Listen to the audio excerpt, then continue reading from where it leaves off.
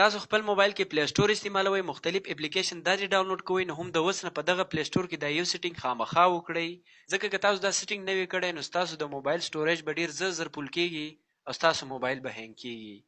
اوس دا سیټینګ به تاسو څنګه کوئ؟